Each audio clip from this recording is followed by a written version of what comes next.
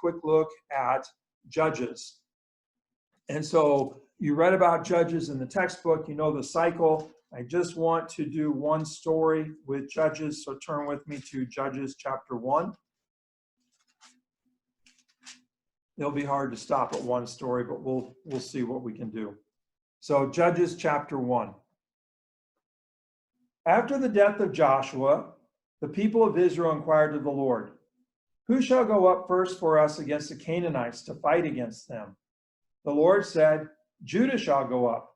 Behold, I have given the land into his hand."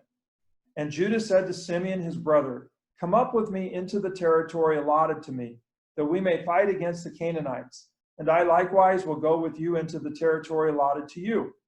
So Simeon went with him. These are tribes that we're talking about, not just brothers. Then Judah, the tribe of Judah, went up, and the Lord gave the Canaanites and the Perizzites into their hand. And they defeated 10,000 of them at Bezek. They found Adonai-Bezek at Bezek. Adonai means Lord. So Lord Bezek at Bezek, he's the king. So they found Adonai-Bezek at Bezek and fought against him and defeated the Canaanites and the Perizzites. Adonai-Bezek fled, but they pursued him and caught him and cut off his thumbs and his big toes. And Adonai-Bezek said, 70 kings with their thumbs and their big toes cut off used to pick up scraps under my table. As I have done, so God has repaid me. And they brought him to Jerusalem, and he died there. Okay, when they caught Adonai-Bezek, what did they do? They cut off his thumbs and his big toes. Why? Well, think how important your thumbs are. You know, if you don't have your thumbs, can't do reviews of YouTubes. If you don't have your thumbs, you can't do texting. If you don't have your thumbs, well, I know you can't hitchhike, but if you don't have your thumbs, you have a hard time picking things up, especially eating utensils.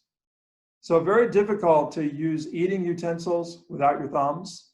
Very difficult to hold a weapon in your hands without your thumbs. So without your thumbs, you know, you're kind of klutzy when it comes to picking things up. Okay, what cut off the big toes? You know, without your big toes, you don't have balance. And so no big toes, no balance, you're going to be on the ground. Think about how you're going to eat.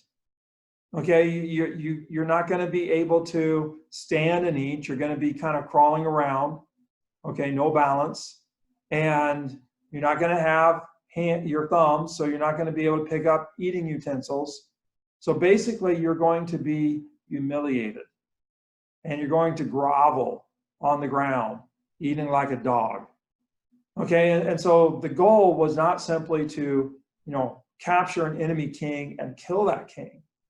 The goal was to humiliate that king, humble that king, so that that king faces all kinds of shame before he dies. Okay, that's what's going on. If you're looking for a moral of the story, it's better to humiliate your enemy than to kill your enemy. Okay, but we're not looking for a moral of the story. There's not much good morals here. Okay, but what I want you to pick up on is, what did Adonai-Bezek say? The narrator quotes him. Adonai-Bezek says that 70 kings used to pick up scraps under my tables, without their big toes, without their thumbs. I cut them off. 70 kings. I cut off their thumbs and their big toes so that they're humiliated, picking up scraps under my table. And now God has paid me back. Do you hear what he's saying? God, Israel's God, paid him back for what he did to those 70 other kings. What we're hearing here is that God is the God who is sovereign over all, and that God brings justice. And this king who had humiliated 70 other kings recognizes that God has brought all that back upon him, and now he is paying for what he did to others. God brings justice. Now, as I understand karma, what happens with karma is that what goes around comes around. Okay, this is different. It's not simply what goes around comes around. God is the one who brings it back around. God is the one who is sovereign. God is the one who is bringing it back to Adonai-Bezek, and Adonai-Bezek confesses, acknowledges that Israel's God is the one who's repaying him for what he did to 70 other kings. Now, who's listening to this? You know it, the exiles. What are they hearing in this? Well, at some level, maybe they're thinking God's paying us back for what we did. But I think at a greater level, they're thinking, wow, maybe the day's going to come when God pays back the Babylonians for what they did to us, how they humiliated us, how they tortured us, how they scoffed at us, how they just destroyed us. That God is going to pay them back for what they did to us. And all of a sudden, this story isn't simply about that first victory into the promised land. It's actually good news that God will bring justice to the Babylonians, that their day will come. Okay, are you seeing how this works? I know we should do one more. So one more real quick, and let's see. Oh, this is a good one. There's so many stories in Judges, but let's go ahead and go to chapter 3. And we'll pick it up with verse 12. So chapter 3, verse 12, and this is the story of Ehud. And I promise you this will be our last one. So 3:12. And the people of Israel again did what was evil in the sight of the Lord. And the Lord strengthened Eglon, the king of Moab, against Israel because they had done what was evil in the sight of the Lord.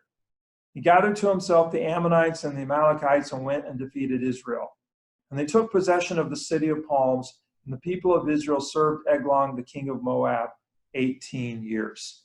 Okay, now there's a cycle that I'm sure you're aware of in Judges, and the cycle goes something like this. So we'll go ahead and pull this out. And so Israel does evil in the eyes of the Lord.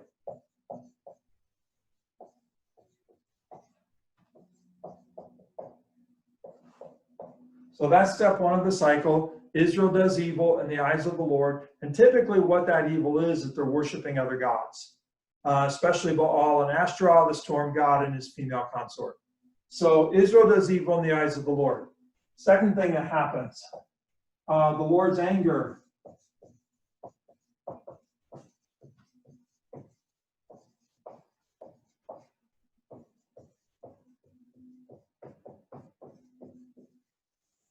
The Lord's anger burns against Israel. They did evil in the Lord's eyes. Now the Lord's anger burns against them. Basically, what that anger is going to look like is the Lord is going to give them into captivity. So there's going to be a king that is going to conquer them, that is going to suppress them, oppress them. So some form of captivity or oppression. Third thing that's going to happen. Israel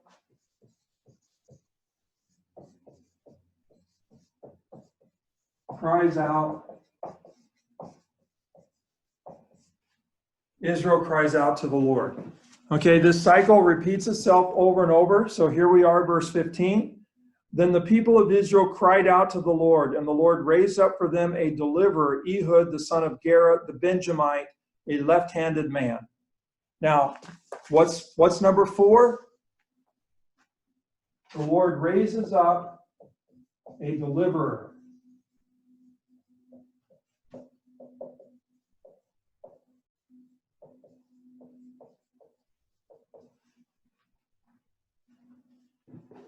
So the Lord raises up for them a deliverer, and the thing that we see happen over and over again is that we are more and more surprised at who the deliverer is.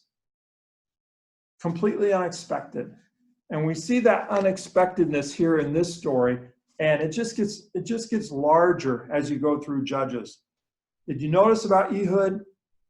He's left-handed. Did you notice the tribe that he's from? Benjamin. Benjamin actually means son of my right hand. But here's a left-hander. So Ehud is the left-hander. The people of Israel sent tribute by him to Eglon, the king of Moab. And Ehud made for himself a sword with two edges, a cubit in length, and he bound it on his right thigh under his clothes. And he presented the tribute to Eglon, king of Moab. Now Eglon was a very fat man. And when Ehud had finished presenting the tribute, he sent away the people who carried the tribute. But he himself turned back at the idols near Gilgal and said, I have a secret message for you, O king. And he commanded silence, and all his attendants went out from his presence. And Ehud came to him as he was sitting alone in the cool roof chamber. And Ehud said, I have a message from God for you. And he arose from his seat, and Ehud reached with his left hand, took the sword from his right thigh, and thrust it into his belly. And the hilt also went in after the blade, and the fat closed over the blade, for he did not pull the sword out of his belly. And the dung came out. Then Ehud went out into the porch and closed the doors of the roof chamber behind him and locked them. When he had gone, the servants came, and when they saw that the doors of the roof chamber were locked, they thought, surely he is relieving himself in the closet of the cool chamber. And they waited till they were embarrassed. But when he still did not open the doors of the roof chamber, they took the key and opened them, and there lay their lord, dead on the floor. Ehud escaped while they delayed, and he passed beyond the idols and escaped to Seirah. When he arrived, he sounded the trumpet in the hill country of Ephraim. Then the people of Israel went down with him from the hill country, and he was their leader. And he said to them, follow after me, for the Lord has given your enemies, the Moabites, into your hand. So they went down after him and seized the fords of the Jordan against the Moabites and did not allow anyone to pass over. And they killed at that time about 10,000 of the Moabites, all strong, able-bodied men. Not a man escaped. So Moab was subdued that day under the hand of Israel, and the land had rest for 80 years. Okay, that kind of story, that cycle happens over and over. Ehud, left-hander, nobody saw it coming, especially the king. And I just imagine that Ehud kind of said, King, uses his right hand. I got a secret message for you. The king is looking at his right hand, feels his right hand around his shoulder, and thinking, okay, has no idea that the guy's left-handed. And so while the king is comfortable and ready to listen, the left hand goes to work and takes the sword from his right thigh and thrusts it into the king's belly. And completely unexpected. Okay, this intensifies. Judges has some of the grossest stories you'll read. It intensifies in horrific stories.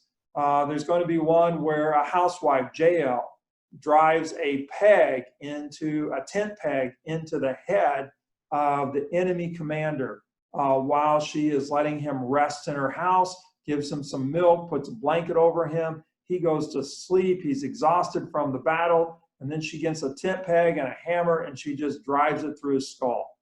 Okay, never saw it coming. A housewife was going to be the one that won the victory for Israel. Okay, so you see this all the way through. Now, real quick, and then we're done. Who's reading this? The exiles. Where are they at in the story, in the cycle? They did evil in the eyes of the Lord. They worshiped other gods. So now the Lord's anger burned against them. They're in captivity in Babylon. What's the next part of the story? Well, if they get judges, they're going to start crying out to the Lord. They're going to start seeking the Lord like they've never sought the Lord before. They're going to cry out. And their hope is that God will complete the cycle one more time. That God will raise up a judge, raise up a deliverer, raise up someone who will bring some justice to their plight. And the cycle will be completed once more, and they'll be liberated, and they'll be at rest in their land. That's the hope of Judges. You know what happens? About 539 BC, 538, God raises up Cyrus, king of Persia. And Cyrus defeats the Babylonians in 539. And then in 538, Cyrus, king of Persia, actually liberates the Jews to go home from Babylon, if they so choose, and to begin to rebuild their temple. And he even helps fund it. You talk about an unexpected deliverer, Cyrus, king of Persia. So again, just want you to think, okay, we're thinking about the events in Judges, but we're also thinking about who's reading these stories and what's the news in the stories for the exiles. And what they're hearing is, okay, we've done one, we've experienced two, time for us to do three. Hopefully, God will repeat the cycle one more time. And sure enough, Cyrus, king of Persia, an unexpected judge.